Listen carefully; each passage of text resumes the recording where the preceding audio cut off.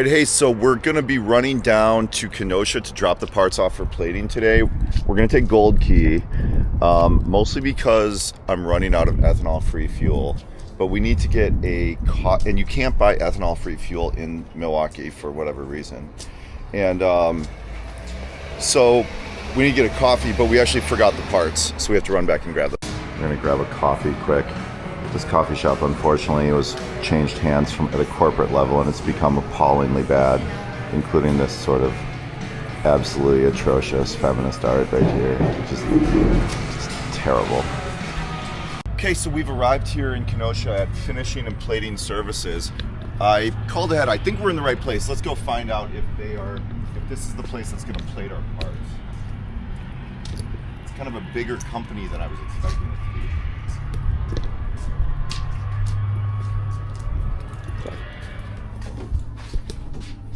One of the great things, I actually asked around, and so I had some body work done by a place called Bennett Coachworks, which is a very fancy restoration shop in Milwaukee, and they suggested you guys to me. Yeah.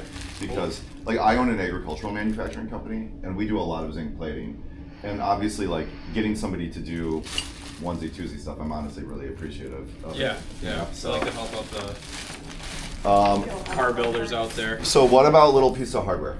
Is that cool? Yeah, we can throw everything together. This is all are you gonna bin it? Yeah, so all your small stuff here will barrel it, and then these we can rack on the side. It'll be two separate lot charges. Could you explain for the followers just the difference between barreling and racking? So barrel plating, the parts will get put into a barrel and tumbled with each other, and it gets plated that way. It's a little more invasive isn't the right word, but it's a little bit rougher.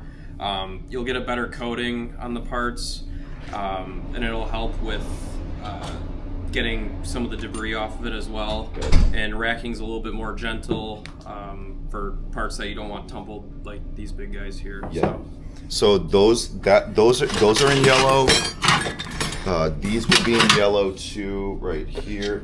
It was very hard to actually figure out what this needed to be. So there's a guy on a Facebook forum that I'm on who actually worked at Saab in the 1980s, and he was an assembly line technician, and he told me what the actual plating was. Yeah. Because so few cars have actually existed and exist in a fresh enough form where the plating's all gone. Yeah. And nobody really knows, and there aren't really great photographs showing you okay. A lot of these internal parts you can't really tell. Yeah, the stuff in the suspension, and because I'm going to be making one of probably the nicest Saab 900s in the entire country.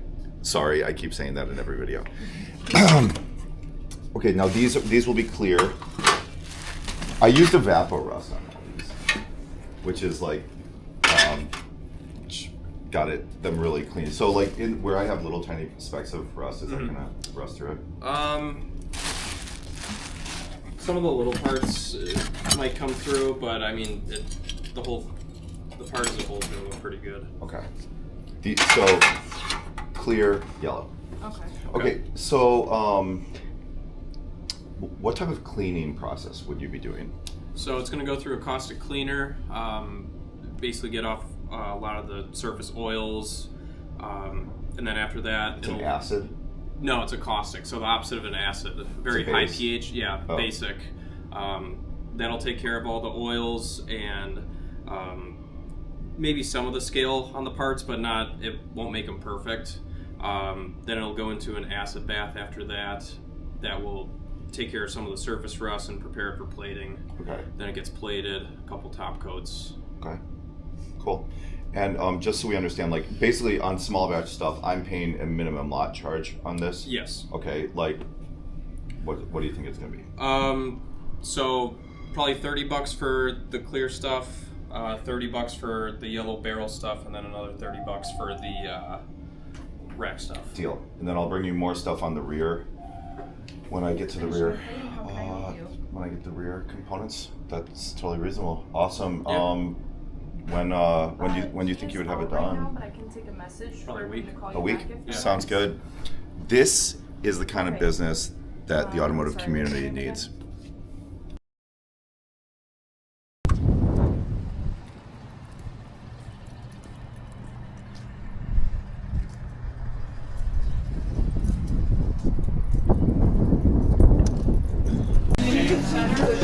Josh, it's Roby O'Brien. Hey, it's another day, and we're continuing on with the 84 Turbo. What was a front end restoration is now becoming a front and rear restoration. I've made a couple decisions since the last time we talked. I have decided to convert the inner tripod bearings from the small to the large, okay? In 1985, halfway through 1985, Saab converted from the small diameter to the big diameter, okay? You can buy the big diameter new from GKN. You cannot source the small ones anymore. I have looked, I really can't find one. So I'm like, well, you know what? I am, like I've said online, I'm setting this car up for the next decade. I'm setting this car up for beyond my own ownership. And I don't want to leave any stones unturned, right? So I'm not going to just slap it back together, which I obviously could do. I could slap it back together and it would be really good. Nobody would know, but I would know. And so I'm not doing that. I'm going to spend $300 with Sean at Red Arrow Enterprises, who I, thank God, that Sean exists and he's doing what he's doing. Thank you, Sean, for supporting parts. I'm not getting the new old stock larger front drivers. I'm going to be getting a good used set from him to convert to the larger ones. Now, at the same time, I'm going to be doing the seals on the output shafts there. And yeah, but basically the net result is that that's going to kind of slow things down in the front end. Now, I'm building up a lot of parts kind of in process, so I am going to kind of get a couple things put back on the car today, right? I'm going to loosely reinstall the lower front A-arms after I finish de-rusting the upper arms and getting some paint on the upper arms. And yeah, and then we're gonna do some work in the engine bay on getting the AC reinstalled simultaneously with new belts, getting the new power steering pump on, all of that in preparation to get the new steering rack on. And so there's a lot of things we can get going with while we're waiting basically another week. Now, we really couldn't have progressed that far anyways because we're gonna be going to plating. So I'm not gonna have all that stuff, you know, prepared to put back on the car for another week anyway. So, c'est la vie, it is what it is.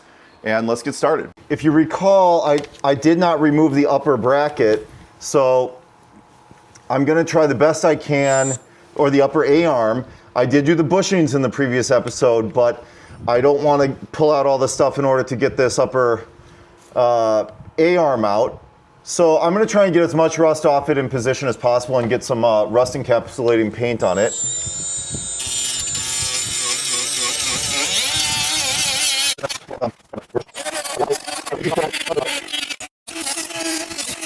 Bring in the big boys.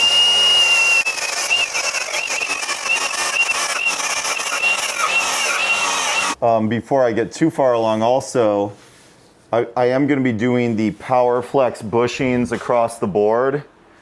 Yeah, these ones are the front upper outer bushing. They make these in the purple and the classic black. I just want to kind of, you know, make sure that everything looks like it's going to be right here before I go and pop these out. These do look good. So let's go ahead and pop these out, and then we're going to get some paint on it. Honestly, this is about as good as I'm going to be able to get it.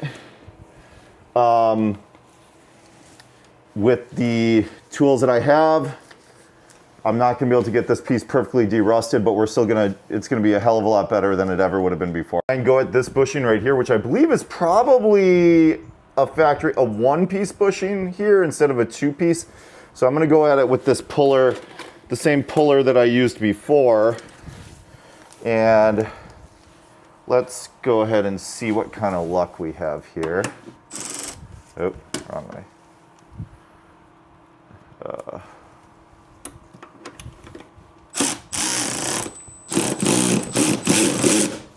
All right.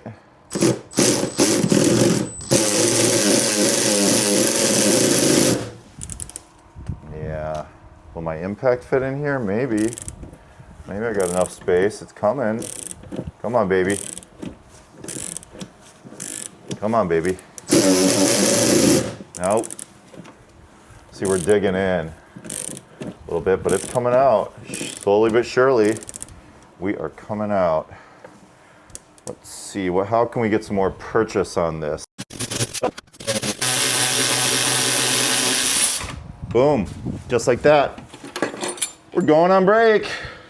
All right, now we're gonna get paint all over this.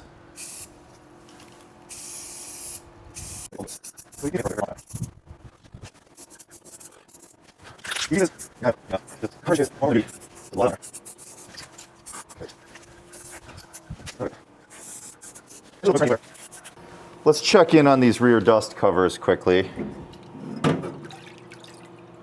Ooh, coming along nicely.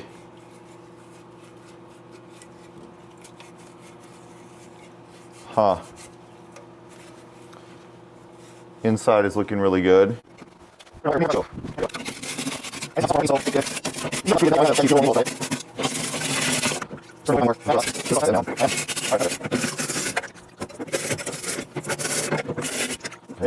The other side is doing a lot better. Yeah, this one is looking a lot better.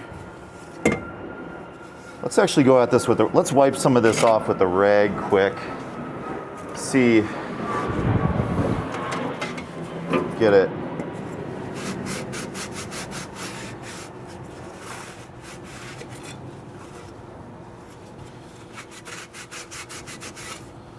As you can see, it does get it really.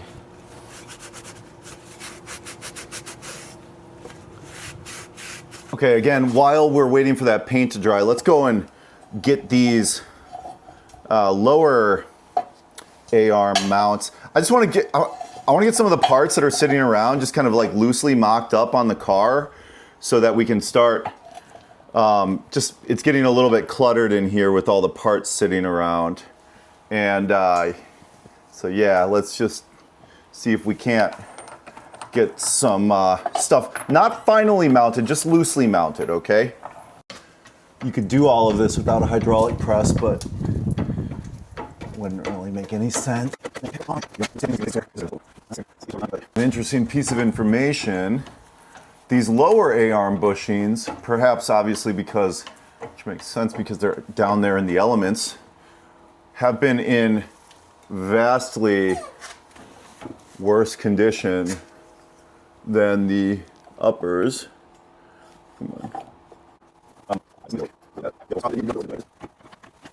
It's very important to have a good set of impact sockets because of course they will be acting as your press tooling also.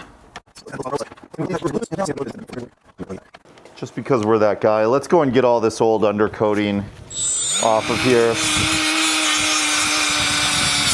Give it a little cleanup.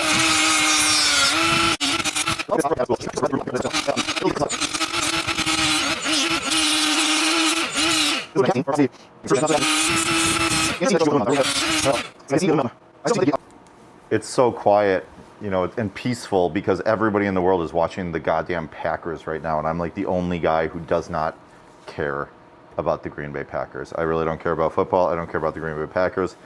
This is my football. Okay, we have the first side prepared to just loosely put back on the car. I've got the new PowerFlex bushings here. I've got some nuts ready to loosely thread on them. I've cleaned off the studs on the car with so that the studs are reasonably clean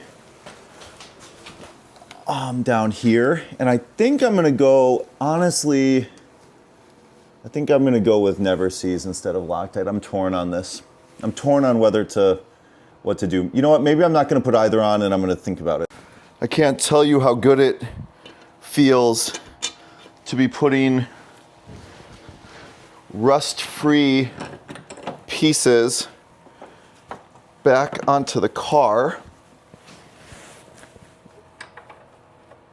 Even de-rusted these nuts, the original nuts. We're just gonna barely get them started here.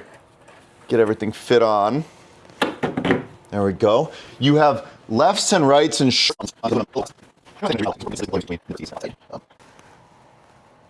a fastener like this, the torque is what is, a bolt is a spring. What keeps a bolt tight is friction and springiness. That's why the shorter a bolt is, the harder it is to make it stay tight, because it doesn't have the length to act as a spring to. Of course, I'm not gonna torque these down yet. I'm just gonna get them on there, and we'll come back and obviously torque everything down when we get closer to final assembly. And I want to get the end nuts on the end of the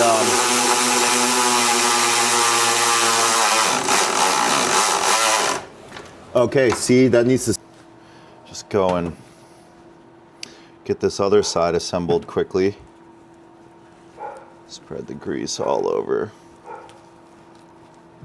This will use a lot of it. Again, I'm greasing both the OD and the ID.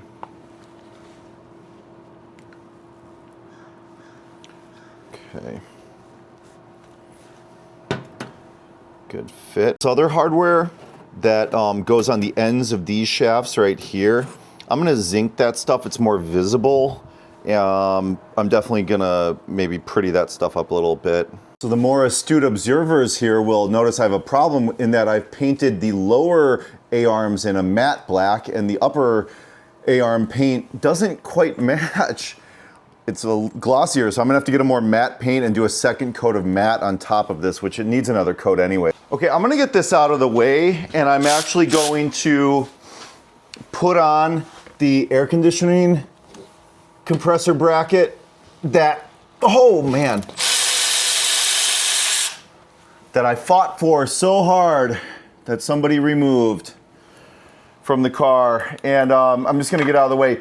And you know what, in hindsight, this is where I made a mistake. This part should have been zinc plated yellow, and I was too hasty to paint it. Ow, ooh. Those, oh my God, that's a blessing. Those were so brittle. Oh my God, those just came right. I tapped these fuel hoses and they just broke right off when I slipped. And I think that is, you know what? Those needed to be changed. Wow, those are brittle. Holy smokes. Yeah, you know what? And look at how yellow they are too. God, they're hard as rock. That's a blessing in disguise, because those would have, you know what? Those were gonna break and crack and leave me stranded somewhere. So I'm not upset about that one. Not upset about breaking those off at all. This one down here, we're gonna get on a different way. Let's see.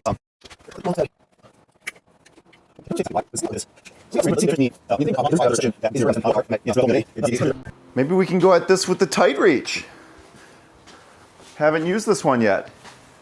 Let's see here. Does it actually help me? Nope. So this like low profile tight reach, still a hanger queen. Still haven't found that perfect moment when it will actually help me.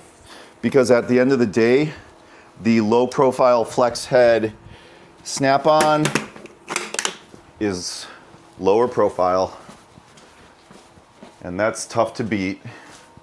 So we'll go back to that right there, and we'll accept this. You know, the ratchet mechanism is, you know, has, it's probably 70 teeth, but it's gonna be at it a while.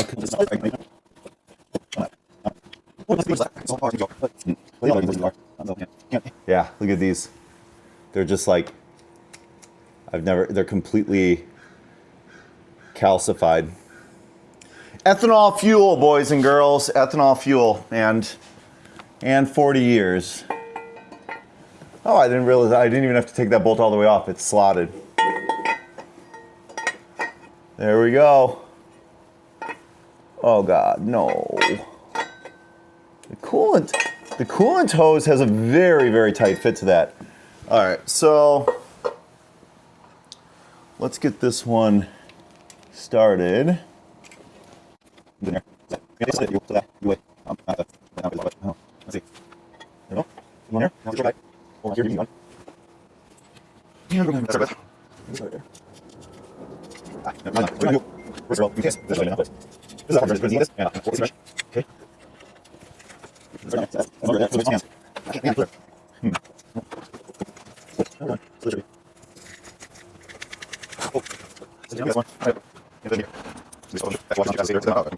And what? You're going to get a little bit of this. All right.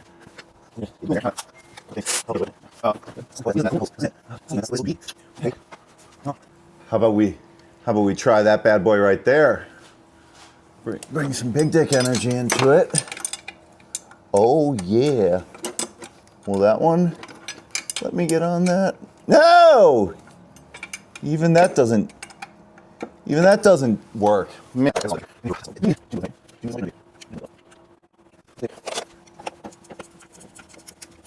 who's my position? And I'm going to because it's not on that. Okay. Is that here?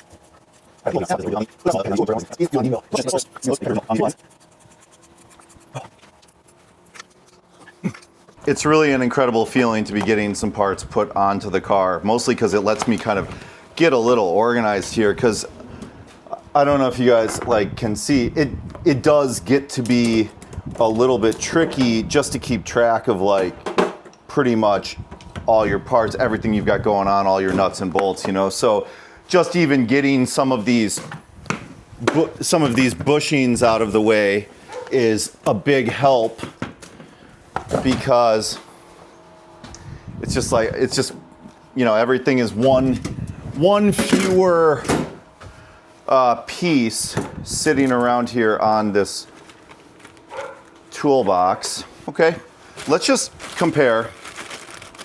This is a new AC compressor. Let's compare it to the original. All right. This one is made in China, and it says suck dis on it. Okay, yeah, suck dis. That's what China's saying to the United States right now.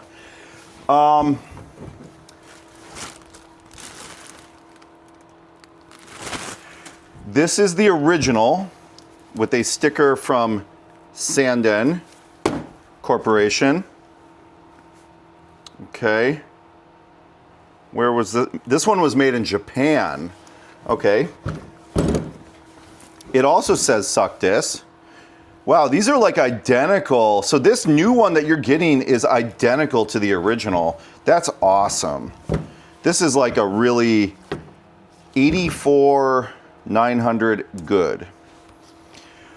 You know, I like to keep original parts on the car, but one area where I do not really care to keep an original part on the car is, in fact, this AC compressor. Now, here's one thing. All right. Oh, look at this. The V-belt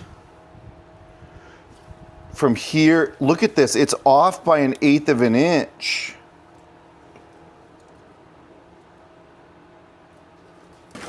This new compressor comes from GPD, Global Parts Distributors, LLC. Comes with a couple O-rings, that's good. But prediction, this will not be as good of a compressor as the original one.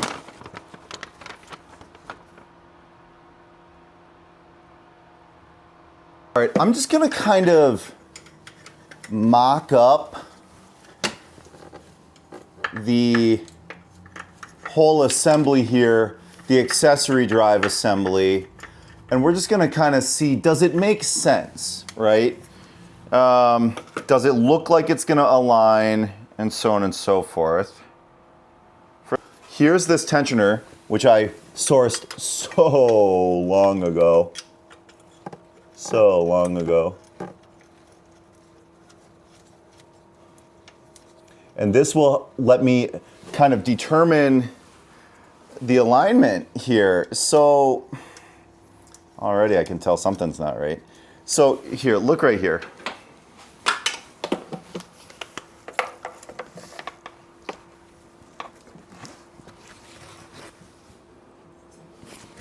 Look at, this is the AC tensioner pulley, and this is this AC compressor. This pump, if I bolt it in what you would think would be the standard position, is pretty far off. I'm gonna need to move this. I don't know, it won't go on this side, is the thing. You know, you can't, it's not like you can bolt it here, right? It only goes one way. It has to go on the outside. It's the only way. So the only thing that's gonna move, you have to drive the power steering pump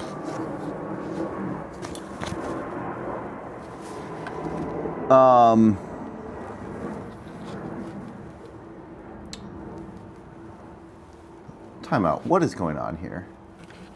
I need to look at my other car because I can't tell if the crank pulley has 3 or 4. Like, would the power steering pump be driven also? The power steering pump is aligned with that right there. But this idler pulley does not appear to be aligned with that. So I'm like, okay, does my other car have 4 pulleys on it? Anyways, I guess we're at the point where it's time to do a little bit more research. So I'm gonna kind of call it a day. I actually am gonna do some carburetor tuning on the Citroen really quickly because I need to do some thinking. The only other thing I could really get going here today, I have the belts to put back on there, but this whole situation needs to be, you know, really analyzed, okay?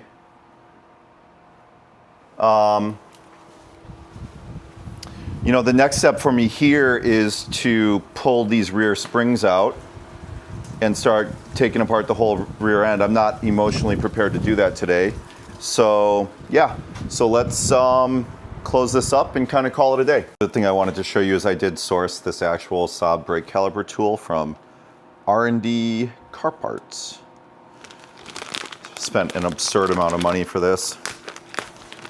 But you know what, if I go to my own shop and tell my own guys to make this, it's gonna cost me just as much in terms of time. But if you look at the tool, this is an actual Saab tool.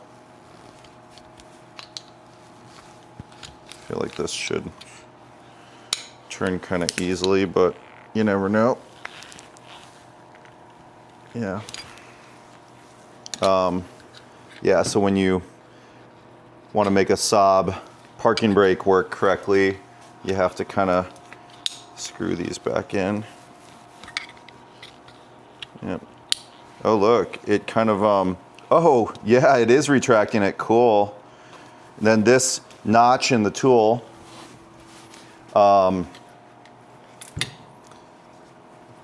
This notch in the tool, oh, come on, aligns right here to let you get a swing, a 45-degree swing.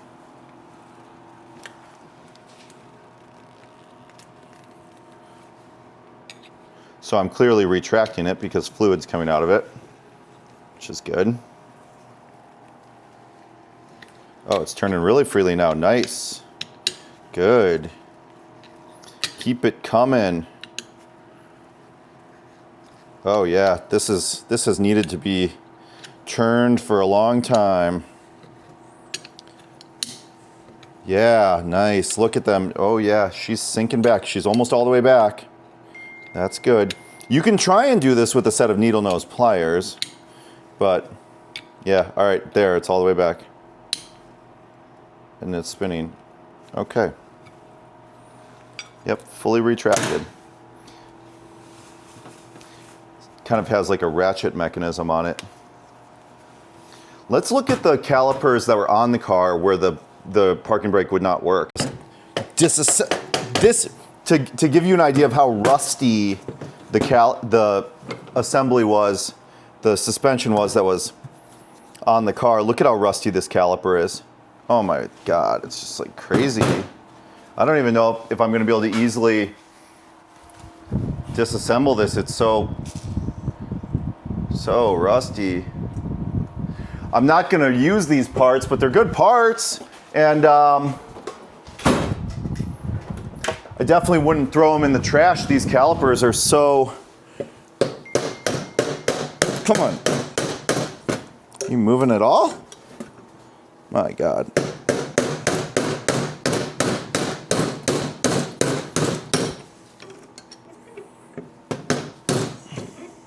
Wow. That is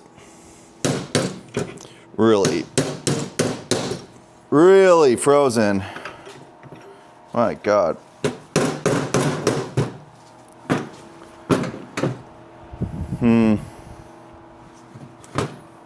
Let me just get this. Well, I'm in too deep.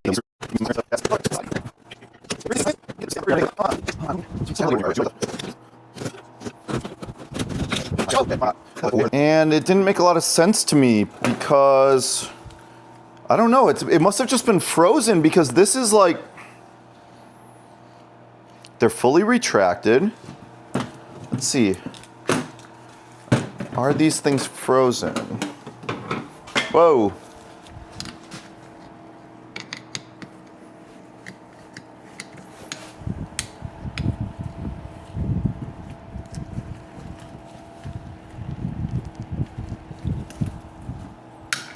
Yeah.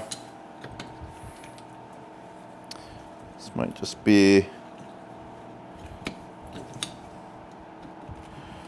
They might be frozen up. See, what you do is you'd step on the brakes and then do this, you know, a few times with the. Anyways, I'm not dealing with these brakes today. We'll save this hardware because you never know. Never know, but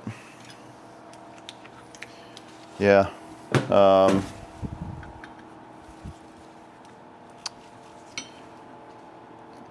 This is just, yeah, you know, so with the Saab 900, the way you do it is you would step on the brakes to hold friction, right? And that would hold the, you know, the outer piston would then be held by the friction, and then you would crank the little parking brake handle and it would ratchet this thing out. And for whatever reason, that did not work with these.